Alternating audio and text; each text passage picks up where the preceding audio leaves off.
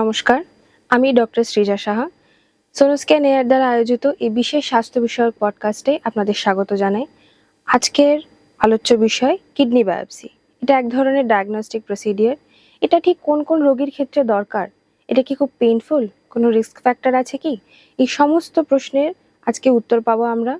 এই নিয়ে এই আলোচনায় আমাদের সঙ্গে আছেন বিশিষ্ট নেফ্রোলজিস্ট ডক্টর তপব্রত দাস।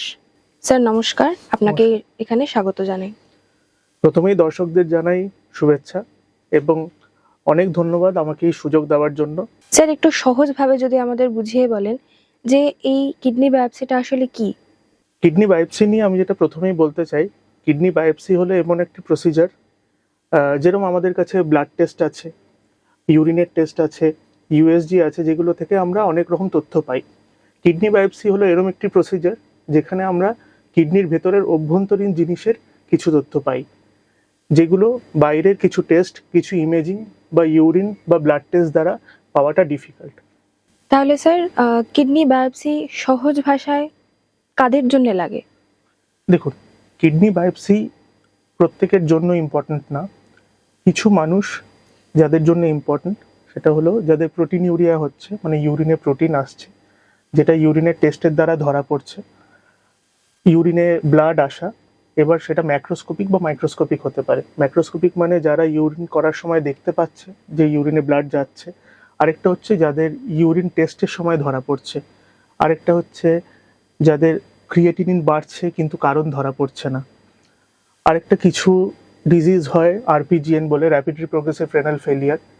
ওখানে হচ্ছে যেটা আমরা ডিফাইন করি 7 থেকে 10 দিনের মধ্যে খুব তাড়াতাড়ি কিডনির ফাংশন কমতে শুরু করে দিচ্ছে। তো সেখানে আমরা জিনিসটা তাড়াতাড়ি ডায়াগনোস করার জন্য বায়োপসিটা খুবই দরকারি হয়ে পড়ে। এবং তাছাড়াও ডায়াবেটিক পেশেন্টদের জন্য কিছু কিছু স্পেশাল সিচুয়েশন আছে, যেরকম হচ্ছে খুব স্বল্প সময়ের ডায়াবেটিস, তাও হচ্ছে ওনাদের খুব তাড়াতাড়ি ক্রিয়েটিনিন বাড়ছে, স্বল্প সময়ের ডায়াবেটিস তাও অনেকটা প্রোটিনিউরিয়া হয়ে যাচ্ছে, যেটা ডায়াবেটিস দিয়ে পুরোপুরি এক্সপ্লেন করা যাচ্ছে না। আর কিছু অটোইমিউন ডিজিজ যেগুলো ইউজুয়ালি ইয়াং পেশেন্টদের হয়, যেরকম হচ্ছে লুপাস নেফ্রাইটিস মহিলাদের মধ্যে, এবং আরও কিছু যেরকম আইজিএ নেফ্রোপ্যাথি আর আরপিজিএন এর মধ্যেও কিছু অটোইমিউন ডিজিজ পড়ে যায়। তো এই স্পেসিফিক কিছু কন্ডিশন আর স্পেসিফিক কিছু সিচুয়েশন আছে যেখানে বায়োপসি আমাদের ফাইনাল উত্তরটা দেয়। আচ্ছা, তাহলে স্যার, কিডনি বায়োপসির ক্ষেত্রে এটা আমাদের করতেই হচ্ছে, কিডনি বায়োপসি যাদের কিডনির অসুবিধা আছে। তাহলে স্যার, এটা লাইন অফ ট্রিটমেন্টকে কতটা এফেক্ট করে? দেখুন, কিডনি বায়োপসি লাইন অফ ট্রিটমেন্টটাকে কিভাবে এফেক্ট করে, এটা হচ্ছে ট্রিটমেন্টটা অনেক গোল ডিরেক্টেড হয়ে যায়। কারণ এরম অনেক অসুখ আছে যেখানে স্টেরয়েড দিতে হয়, কিন্তু আপনার কাছে যখন কিডনি বায়োপসি রিপোর্টটা চলে আসে তখন আপনি এটা জেনে যান যে আপনাকে কত দিনের জন্য আর কতটা মাত্রায় স্টেরয়েড দিতে হবে, বা স্টেরয়েড স্পেয়ারিং এজেন্ট যেগুলো আছে, যেরকম সাইক্লোফসফামাইড হলো, এমএমএফ হলো, আরও কিছু নতুন নতুন ওষুধ আছে যেগুলো ডিজিজ স্পেসিফিক হয়, এবং ট্রিটমেন্টটা অনেক ডিজিজ স্পেসিফিক করা যায়, আর ডিউরেশনটাও আর প্রগনোসিসটাও পেশেন্টকে ভালো করে বুঝিয়ে দেওয়া যায় যে কতটা ভালো হওয়ার চান্স আছে। স্যার, স্টেরয়েড সম্পর্কে একটা কথা জিজ্ঞাসা করতে চাই। অনেক পেশেন্টই স্টেরয়েড শব্দটা শুনেই খুব ভয় পান। তাদেরকে কিভাবে আপনি হ্যান্ডেল করেন? দেখুন, প্রথমেই স্টেরয়েড দেওয়ার আগেই স্টেরয়েডের কিছু সাইড এফেক্টস আর কি কারণে স্টেরয়েডটা দেওয়া হচ্ছে এটা বুঝিয়ে দেওয়া দরকার। স্টেরয়েডের যেরকম কিছু সাইড এফেক্টস আছে, যেরকম একটু ওয়েট গেইন, তারপর হচ্ছে কিছু কসমেটিক সাইড এফেক্টস যেরকম হচ্ছে অ্যাকনে, তারপর হচ্ছে বিশেষ করে যেটা মানুষ ভয় পায়, মুখে অনেকটা সুয়েলিং দেখা যায়, আর সেটা দেখবেন ইউজুয়ালি চোখের চারপাশে হয় না, গালটা ফোলে, ঘাড়ের জায়গাটা ফোলে। এটাকে আমরা রিডিস্ট্রিবিউশন অফ ফ্যাট বলি। স্টেরয়েডে যেটা হয় যে বডির যে অ্যাডিপোসিটিটা ওটা রিডিস্ট্রিবিউটেড হয়ে যায়। ওটা পেশেন্টকে যদি আগে থেকে বুঝিয়ে দেওয়া যায় তাহলে এতটা ওনারা ভয় পান না। হ্যাঁ, আর বিশেষ করে এটা বুঝিয়ে দিতে হয় যে এটা একটা লিমিটেড ডিউরেশনের জন্য দেওয়া হচ্ছে। হ্যাঁ, কিছু ক্ষেত্রে জিনিসটা 3 মাস হয়, কিছু ক্ষেত্রে জিনিসটা 6 মাস হয়, আর এখন বেশিরভাগ গাইডলাইন এখন স্টেরয়েড স্পেয়ারিং থেরাপি দিতে বলছে। ওই জন্য যত তাড়াতাড়ি সম্ভব স্টেরয়েডের যে আপনার ডোজটা ওইটা আমরা নিচে নামিয়ে আনি, করে স্টেরয়েড স্পেয়ারিং এজেন্টটা সাথে অ্যাড করে দিই। তাতে কি হয়, স্টেরয়েডের যে ডাইরেক্ট সাইড এফেক্টগুলো, যেরকম সুগারটা অনেক বেড়ে যায় অনেকের, বিপিটা আনকন্ট্রোলড হয়ে যায় যাদের আগে থেকে ব্লাড প্রেশার আছে, তারপরে কসমেটিক সাইড এফেক্টসগুলো বললাম, এগুলো যত তাড়াতাড়ি ডোজ কমানো যায় তত কম হয়। স্টেরয়েডের পুরোপুরি সাইড এফেক্টটা স্টেরয়েডের ডোজ আর ডিউরেশনের উপর ডিপেন্ড করে। আচ্ছা স্যার, কিডনি বায়োপসি সম্পর্কে সব থেকে কমন ভয় আমার যেটা মনে হয় যে খুব ব্যথা হবে, খুব পেইনফুল বিষয়টা, ব্যাপারটা কি তাই? দেখুন, আমি একবার প্রসিজারটা ভালো করে বলে দিই যে কিডনি বায়োপসি জিনিসটা কি আর হ্যাঁ, কিভাবে হয়। কিডনি বায়োপসি হচ্ছে পুরোপুরি লোকাল অ্যানেস্থেসিয়া দিয়ে হয়। পেশেন্টকে উপর হয়ে শুতে হয়, ঠিক আছে? তার আগে আমরা কিছু টেস্ট করে নিই পেশেন্টের, যে পেশেন্টের কোনো ব্লিডিং রিস্ক আছে কিনা, পেশেন্টের হিমোগ্লোবিন কত, প্লেটলেট কত, পেশেন্টের ব্লাড প্রেশারটা কন্ট্রোলে আছে কিনা। হ্যাঁ, আর অনেক পেশেন্টের হচ্ছে পেটে জলও জমে যায়, তো ওই পেশেন্টটা উপর হয়ে শুয়ে থাকার মতো আছে কিনা, মানে ফিট ফর বায়োপসি কিনা, এটা আগে চেক করে নেওয়া হয়। তারপর যেটা করা হয়, লোকাল অ্যানেস্থেসিয়া দেওয়া হয়, পেশেন্ট উপর হয়ে শোয়ে। তারপর হচ্ছে এটা পুরোপুরি হয় ইউএসজি গাইডেড, আল্ট্রাসাউন্ড গাইডেড, জিনিসটা কিন্তু ব্লাইন্ড বায়োপসি না, ঠিক আছে? এবার যেহেতু আল্ট্রাসাউন্ড গাইডেড হয়, তো ইনজুরি অফ রিস্কের ইনজুরি খুব কম, হ্যাঁ, ইনজুরির রিস্ক আর কি। তো আর জিনিসটা যেটা করা হয়, দুটো কি তিনটে আমরা শট নিই, ওর মধ্যে দুটো কি তিনটে টিস্যুর, একদম সরু সরু টিস্যুর অংশ নেওয়া হয় কিডনি থেকে, আর ওইটাই আমরা মাইক্রোস্কোপের নিচে দেখি। দেখে হচ্ছে কিডনির যে তিনটে কম্পার্টমেন্ট, গ্লোমেরুলাই, টিউবিউলস আর ভেসেলস, এগুলোকে আলাদা আলাদা করে দেখে ওটা অনুযায়ী একটা রিপোর্টিং করা হয়। ইউজুয়ালি দুটো কোণ নিলেই হয়ে যায়। এবার কিছু কিছু ক্ষেত্রে যেখানে ইলেকট্রন মাইক্রোস্কোপি লাগে, ওখানে তিনটে কোণ নিতে হয়। আর জিনিসটা মানে খুবই কম ব্যথা হয়, কারণ শুধুমাত্র ব্যথার জায়গা একটাই, যখন আমরা লোকাল অ্যানেস্থেসিয়া দিচ্ছি ওই যে ফার্স্ট প্রিকটা, আর তারপর যে পুরো প্রসিজারটার টাইমে পেশেন্ট একটা অল্প প্রেশার ফিল করে শুধু। হ্যাঁ, আর তারপর কিছু পেশেন্ট একটু অ্যাংশাস হয়, একটু প্রসিজারের মাঝে যদি নড়ে যায়, তখন তাদের একটু বেশি ব্যথা হতে পারে। এবার পুরো ব্যথা জিনিসটাই খুব সাবজেক্টিভ, অনেকের খুব কম ব্যথাতেও অ্যাংজাইটির জন্য একটু বেশি লাগে। হ্যাঁ, অনেক কিছুই পুরো মানে ইন্ট্রা প্রসিজার কিছুই ফিল করতে পারে না। কিন্তু ইউজুয়ালি আমি যদি ফর অল পেশেন্টস ইউনিভার্সালি বলি, it is a very safe procedure আর মিনিমাল পেন। তাহলে স্যার, যেদিন পেশেন্ট ভর্তি হলো হ্যাঁ। সেই দিনই কি পেশেন্ট ছুটি হয়ে বাড়ি চলে যেতে পারে? দেখুন, এখনো অবধি এটা এরকম স্ট্রংলি বলা যায় না যে এটা একটা ডে কেয়ার প্রসিজার। হ্যাঁ, কারণ খুব কম পার্সেন্টের পেশেন্টের হলেও মেজর সাইড এফেক্টস হতে পারে। এবার মেজর অ্যাডভার্স এফেক্টস কি, ওটা হচ্ছে অনেকের ইউরিন দিয়ে এক্সেসিভ মাত্রায় ব্লাড আসতে পারে, যাদের হচ্ছে কিডনি বায়োপসি করতে গিয়ে ইনজুরি হচ্ছে, ঠিক আছে? সেটা হয়তো আপনার 1000 জনের মধ্যে একজনের এরকম হলো, তো তাদের হচ্ছে ব্লাড ট্রান্সফিউশনও লাগে। তো আমরা ইউজুয়ালি অ্যাজ আ প্রোটোকল যেটা করি, বায়োপসি করার পর 6 ঘন্টা পেশেন্টকে মিনিমালি মুভ করতে বলি। হ্যাঁ, পেশেন্টকে রেস্টে রাখা হয়, পেশেন্ট বিছানা ছেড়ে ওঠে না। আর সেই দিন আমরা ওই প্রথম 6 ঘন্টা এক্সক্লুসিভলি ভাইটালস মনিটরিং করি। ভাইটালস বলতে কি, ব্লাড প্রেশার, পালস, তারপর ইউরিন আউটপুটটা কিরম হচ্ছে, ইউরিনটা এক্সেসিভ লাল হচ্ছে কিনা, একটু লালচে তো হবেই, কারণ আমরা কিডনি থেকেই বায়োপসিটা নিয়েছি। তো ওই জন্য ম্যাক্রোস্কোপিক হেমাচুরিয়াও 30-40% কেসে হবে। ওটার মানে এটা না যে আপনার খুব মেজর কমপ্লিকেশন হয়েছে। মেজর কমপ্লিকেশন আমরা কি করে বুঝি, যে বিপিটা ড্রপ করছে কিনা, পেশেন্ট আনস্টেবল হয়ে যাচ্ছে কিনা, একদম থোকা থোকা ক্লটস আসছে কিনা ইউরিন দিয়ে। আর এই জিনিসগুলো অবজার্ভ করার জন্যই ওই দিনটা আমরা ইউজুয়ালি পেশেন্টকে রাখি। আর ইউজুয়ালি এটা এখনো অবধি একটা ডে কেয়ার প্রসিজার হয়ে উঠতে পারেনি। কিন্তু কিছু কিছু ক্ষেত্রে যারা প্রচন্ড স্টেবল পেশেন্ট, ইয়াং পেশেন্ট, 4-5 ঘন্টা পরেও আমরা দেখছি পেশেন্টের কোনো অসুবিধা হচ্ছে না, সেই ক্ষেত্রে আমরা কিছু সিলেক্টেড কেসে পেশেন্টকে ওই দিনও ডিসচার্জ করে থাকি, কিন্তু দ্যাট ইজ রেয়ারিটি। হ্যাঁ, ইউজুয়ালি একটা দিন ভর্তি থাকে। তাহলে স্যার, কিডনি বায়োপসির ক্ষেত্রে একটা পেশেন্ট কি কি প্রিকশন নেবেন?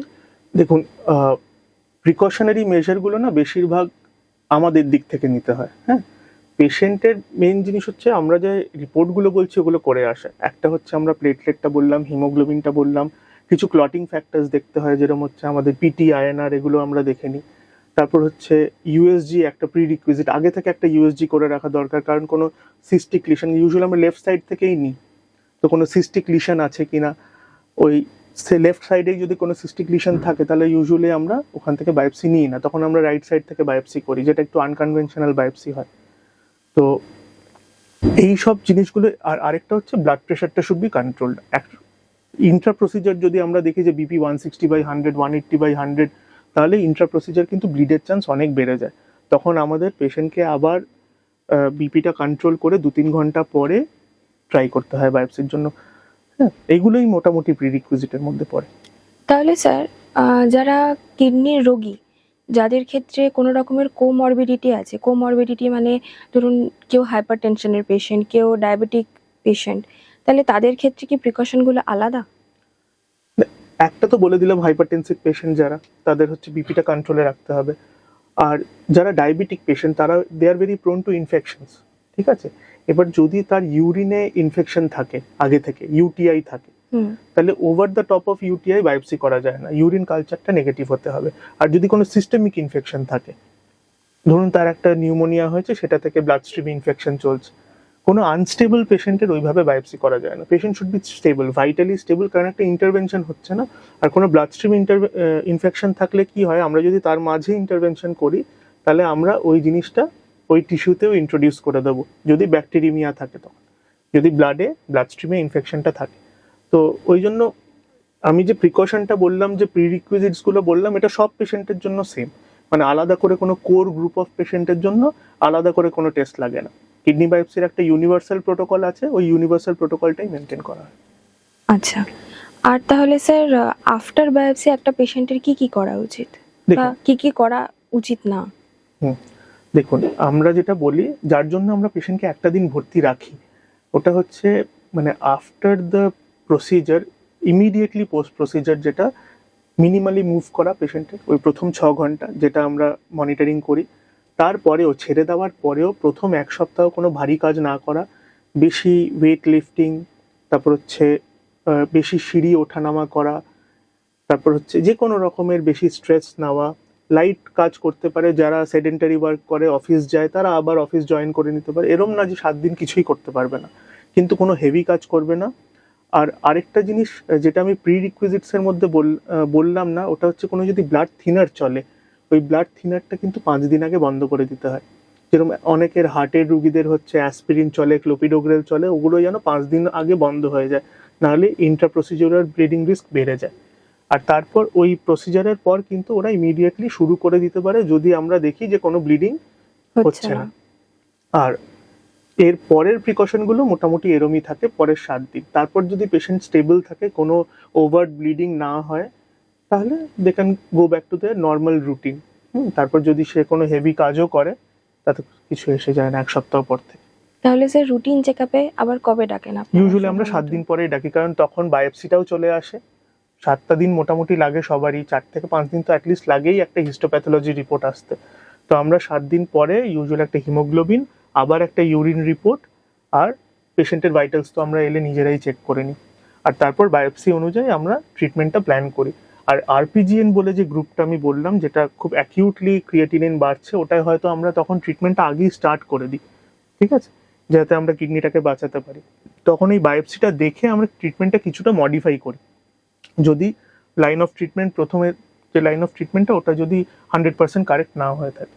আর না হলে আমরা ওয়েট করি বায়োপসি আসা অবধি ট্রিটমেন্ট শুরু করে, যাতে আমরা একটা গোল ডিরেক্টেড ট্রিটমেন্ট ডাইরেক্টলি শুরু করতে পারি। তাহলে স্যার সবশেষে রোগীদের উদ্দেশ্যে কি বলতে চাইবেন? দেখুন, আমি আমার কমন প্র্যাকটিসে বায়োপসি নিয়ে যেটা ফেস করেছি, আমি দুটো কথা বলছি। যে বায়োপসি শুনেই লোক কেন আগে ভয় পেয়ে যায়, যে বায়োপসি শুনলেই লোক প্রথমেই ভাবে ক্যান্সার, ঠিক আছে। কিডনি বায়োপসি কোনো ক্যান্সার ডিটেকশনের জন্য করা হয় না, বরঞ্চ কিডনিতে যদি ক্যান্সার হয়, বায়োপসি ইজ কন্ট্রাইন্ডিকেটেড, বায়োপসি করা যায় না কিডনিতে কোনো মাস থাকলে। তখন একমাত্র ট্রিটমেন্ট হচ্ছে নেফ্রেক্টমি করা, ঠিক আছে। তো কিডনির পেশেন্টরা এটা যেন না ভাবে যে আমরা বায়োপসি করছি মানে ক্যান্সার খুঁজছি, ঠিক আছে, এটা হচ্ছে ফার্স্ট। সেকেন্ড ভাবে যে কিডনি ইনজুরি হয়ে যাবে আমার, যে আমি বায়োপসি নিচ্ছি তো আমার কিডনির ক্ষতি হয়ে যাবে, কিন্তু কোডটা এত সরু আর এতই পাতলা নেওয়া হয় যে ওটা থেকে ইনজুরি হওয়ার চান্স প্রায় নেই বললেই চলে। 1 লাখের মধ্যে একজনের হয়তো এরকম ইনজুরি হতে পারে যার জন্য তার ওই কিডনিটা খারাপ হতে পারে। ওই জন্য কিডনি বায়োপসি কিডনি খারাপ করবে না, বরঞ্চ ওটা যে ডিজিজটা হয়েছে ওটার একটা গোল ডিরেক্টেড ট্রিটমেন্ট করে ওটাকে ভালো করবে। আরেকটা হচ্ছে যে খুব ব্যথা লাগবে, যে কোনো বায়োপসি খুব ব্যথা লাগবে, করাবো না, ঠিক আছে। তো এইটাও আমি বলে দিলাম যে ব্যথা মিনিমাল, শুধু ওই লোকাল অ্যানেস্থেসিয়া দেওয়ার সময় ব্যথা, আর ইন্ট্রা প্রসিডিউরাল যে প্রেশারটা লাগে ওইটুকু, ঠিক আছে। কিন্তু এই বায়োপসিটা করালে মানে কতটা গোল ডিরেক্টেড ট্রিটমেন্ট হলে কি ট্রিটমেন্ট রিলেটেড সাইড এফেক্টসগুলো মিনিমাল হয়। আর প্রলংড মানে হাই ডোজ অফ স্টেরয়েডটাকে এড়ানো যায়। কারণ আমরা কি ট্রিট করছি যখন আমরা জানি না, তখন আমরা স্টেরয়েডের ডোজটা কমাতে পারি না যদি না প্রোটিনিউরিয়াটা কমে। ঠিক আছে, তো ওই জন্য কিডনি বায়োপসি এরম একটা প্রসিজার যেটা দিয়ে long term planning of the therapy, তাছাড়া আউটকামটাকে অনেক বেটার করা যায়। ধন্যবাদ স্যার। তাহলে আজকে আমরা জানতে পারলাম কিডনি বায়োপসি সম্পর্কে। এটা এক ধরনের ডায়াগনস্টিক প্রসিডিওর। কিডনি বায়োপসি করতে সেরম ব্যথা লাগে না এবং সমস্ত রোগীদের এটা প্রয়োজনও নয়। কি কি করা উচিত, কি কি করা উচিত না, সমস্তই স্যারের সাথে আলোচনা হলো। আজকে এইখানেই শেষ করছি। পরের দিন দেখা হবে আরও একটা স্বাস্থ্য বিষয়ক পডকাস্টে। নমস্কার।